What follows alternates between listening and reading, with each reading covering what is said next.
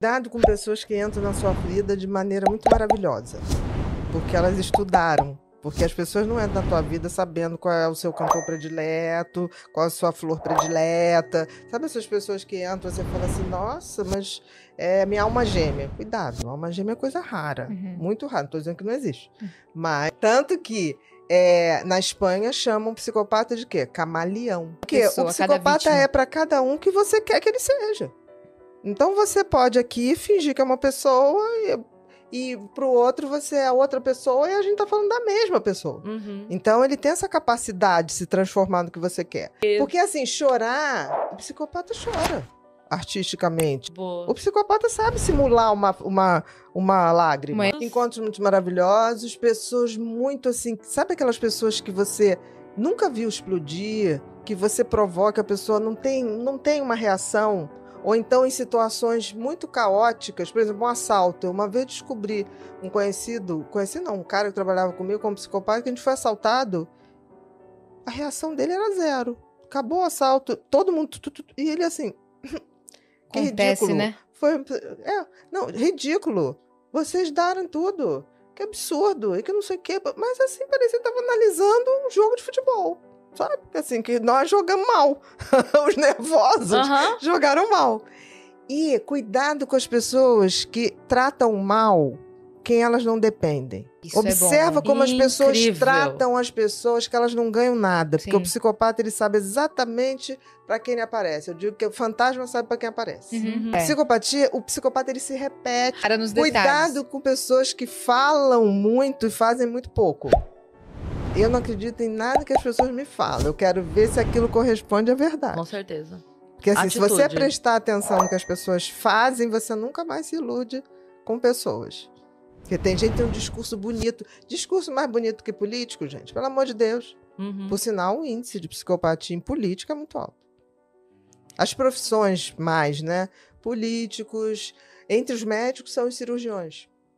A gente até entende, porque assim, cirurgião é uma coisa que se você chegar ali, abre aquela pessoa, você tem que ter um grauzinho de frieza. Não tô dizendo que todos são. Sim. Pelo amor de Deus, né? Pelo amor de Deus, que as pessoas falam, tem no ranking, advogados.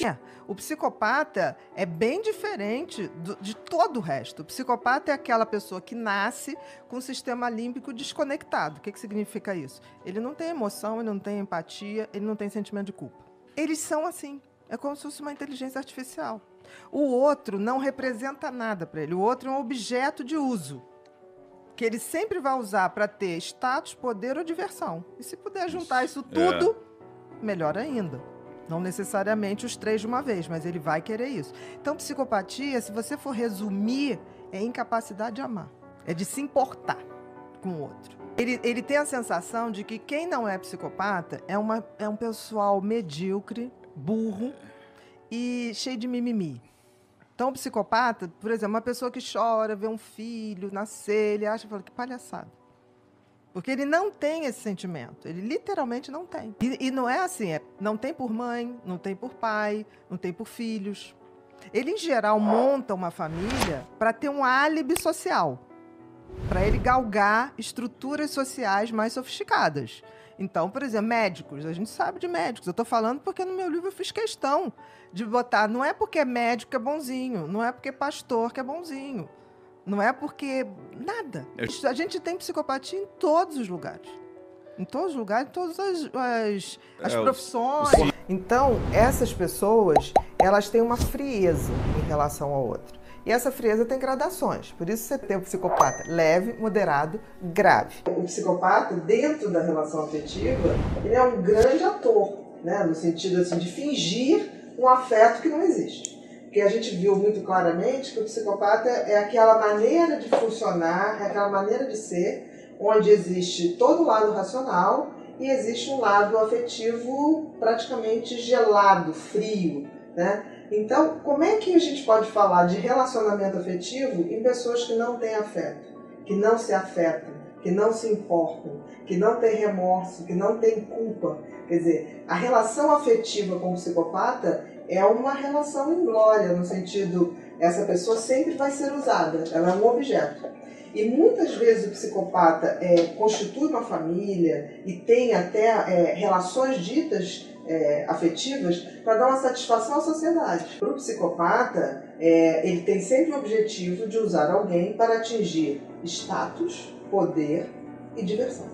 Então, se a pessoa pode proporcionar a ele algum tipo de status, algum tipo de diversão ou poder, ele vai ficar com aquela pessoa, mas não porque ele sinta alguma coisa, porque ele vai se abastecer de algo que aquela pessoa pode dar. Por exemplo, ele pode estar com uma pessoa que é muito bonita, que é muito envolvente, para que ele possa dizer como ele é fodão de ter aquela pessoa tão bonita, tão envolvente, tão talentosa. Mas isso não quer dizer que ele gosta daquela pessoa, absolutamente. Se ele tiver que humilhar, tem o interesse, tem o poder de exercer o poder, tem o prazer de exercer o poder em cima da outra pessoa, e ele não poupará esforços no sentido de seduzir inicialmente, se tornando a melhor pessoa do mundo, sendo sedutor, maravilhoso. Eu costumo dizer que as duas coisas, quando vêm juntas, a gente tem que estar muito alerta para identificar um psicopata. Primeiro, atitudes maldosas de forma repetitiva, é um comentário, é um sarcasmo, é fazer o outro se sentir inferior, é fazer o outro se sentir culpado, ou outras pessoas. E junto com essa coisa de atitudes maldosas, uma coisa de encenação de vítima, de se fazer de vítima. Porque o psicopata está sempre contando uma história triste para que a gente possa ter complacência com ele. Então, por exemplo, ele faz uma coisa muito ruim, aí ele imediatamente finge um arrependimento, se joga e diz que não vai mais fazer. Por quê? Porque a pena é um dos sentimentos que mais fragiliza a gente.